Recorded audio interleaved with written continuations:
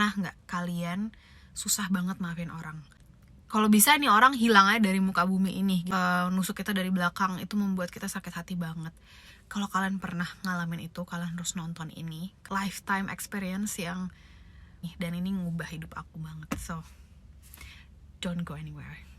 Hai guys, apa kabar? Kali ini aku gak akan share hantu-hantuan ya, aku lebih pengen share pengalaman aku sih. Karena aku ngerasa kayaknya butuh deh untuk share ini, dan mungkin banyak orang juga yang ngerasain ini. Oke, first, kalian harus menyadari bahwa ini udah terjadi. Dan kalian harus mengalami, menjalani, menikmati proses ini. Karena ya ini memang kenyataannya, kalian gak bisa kemana-mana. Nah, setelah kalian udah menyadari bahwa oke, ini udah terjadi, ini hal yang harus gue lihat saat ini, kasih waktu diri kalian untuk berpikir.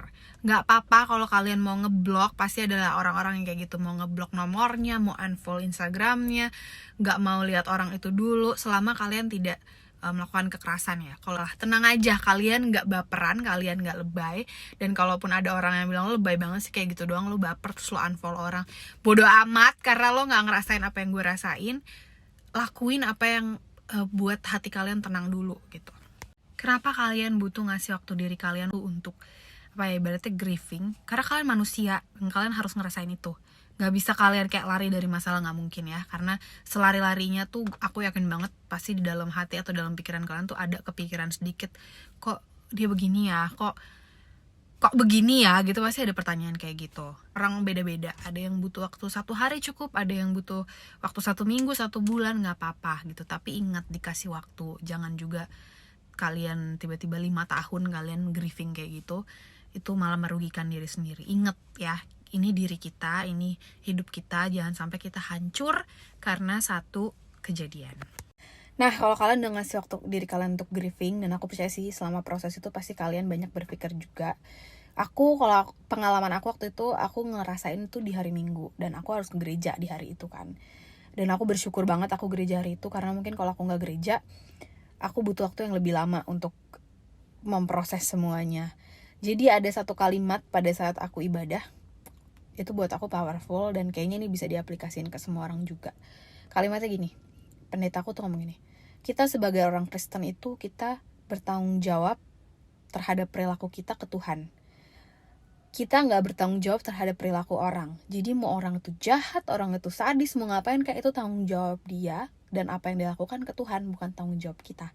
Yang kita perlu pikirin adalah gimana kita merespon itu, perilaku kita terhadap itu, karena kita mencerminkan Tuhan gitu, ngerti gak? Dan itu nampar aku banget, karena aku yakin deh kalian juga gitu. Ketika kalian lagi disakitin, kalian lagi di momen itu tuh bikin kalian, kalian emosi, panas, pasti banyak pertanyaan kenapa orang ini kayak gitu.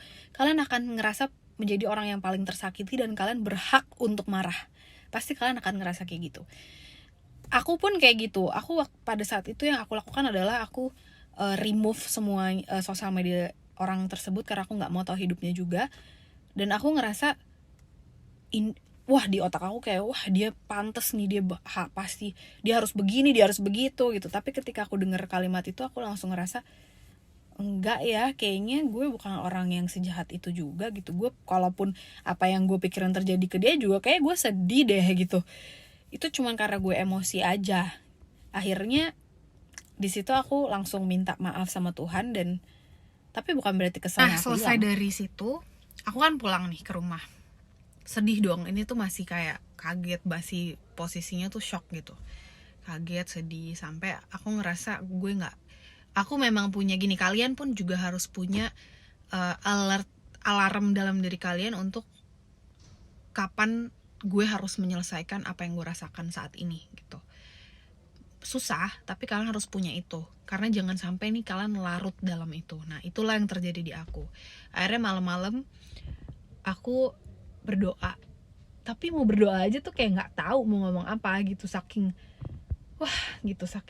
nggak tahu lagi gitu mau ngomong apa. Aku tiba-tiba aku pengen aja nonton satu film di malam itu, judulnya The Shack. Aku nonton film ini udah berpuluh-puluh kali, tapi setiap aku nonton tuh selalu ada pelajaran yang aku dapet.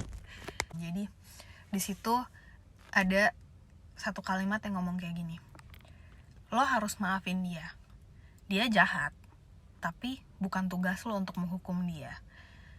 Yang harus lo lakukan, tugas lo sekarang adalah memaafkan gitu. Karena lo bukan judge-nya di sini. Itu di situ aku langsung kayak oh my god gitu. Akhirnya aku selesai nonton, aku nangis gitu. Terus aku selesai nonton itu aku berdoa, mau nyebut kalau oke, aku maafin dia aja tuh susahnya setengah mati karena saking sakit hatinya. Sampai akhirnya aku memilih berdoa yang lain dulu. Yang aku doain adalah Tuhan, aku minta ampun kalau selama aku sama orang ini mungkin aku banyak menyakiti hati Tuhan, yang mungkin Tuhan lebih sakit dari apa yang aku rasain sekarang. Yang kedua, semoga orang ini maafin semua kesalahan aku kalau memang aku bikin salah sama dia dan itu alasan dia menyakiti aku. Yang ketiga, aku berdoa untuk siapapun yang membuat hal ini terjadi, udah aku maafin siapapun orang yang terlibat dalam hal ini. Baru yang terakhir, aku maafin semua kesalahan orang tersebut.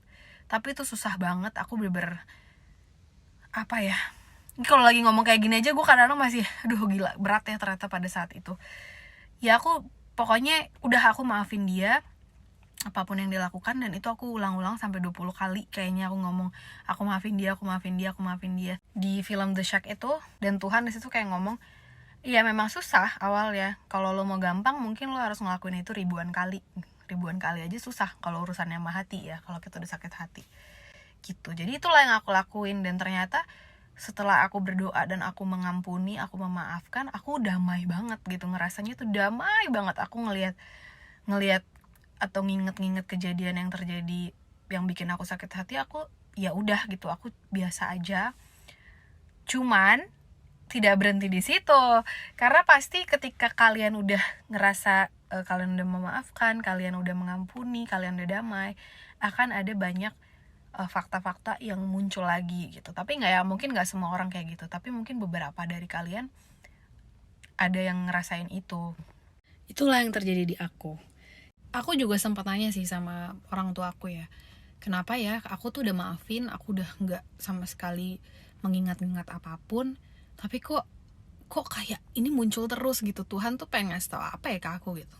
Terus mamaku tuh cuma jawab kayak gini, ya itu artinya Tuhan mau kamu menyelesaikan masalah kamu tuh sepenuhnya. Mungkin kemarin waktu kamu maafin dia gak sepenuhnya kamu tahu, tapi sekarang ketika kamu sepenuhnya tahu, Tuhan mau tahu kamu beneran maafin gak, dengan whole story yang kamu tahu, kamu beneran maafin gak gitu. Dan disitu aku kayak ya juga sih gitu. Dan ternyata aku bisa maafin. Aku pun shock ya, kayak wow, gue bisa ya ternyata sampai kayak gini.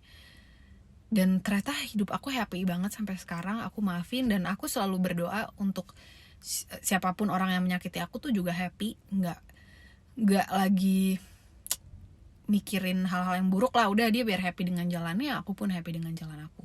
Dan kenapa aku mau share ini, karena aku yakin banyak dari kalian tuh juga banyak yang ngerasain hal yang sama kayak aku. Mungkin disakitin teman, disakitin pacar, saudara, adik, kakak, orang tua mungkin. Aku tuh mau kasih tau ke kalian, sebenarnya obatnya adalah kalian kembali ke Tuhan, kalian berdoa, kalian minta ampun terhadap apapun yang kalian lakukan, dan kalian juga minta supaya kalian bisa ngampunin orang tersebut. Karena itu kekuatan kita gitu loh untuk menjalani hidup. Dan jangan sampai kalian tuh jadi hancur karena satu masalah doang. Apalagi kalian balas dengan kekerasan karena kalian emosi doang gitu. Ini kan lagi rame juga yang kayak gini-gini. Padahal sebenarnya obatnya tuh cuman kalian tuh kasih waktu untuk dari kalian meyakini dan menyadari ini terjadi, kalian refleksikan diri, kalian balik ke Tuhan, udah. Habis itu kalian happy, hidup kalian akan baik-baik aja, kalian akan jadi lebih baik.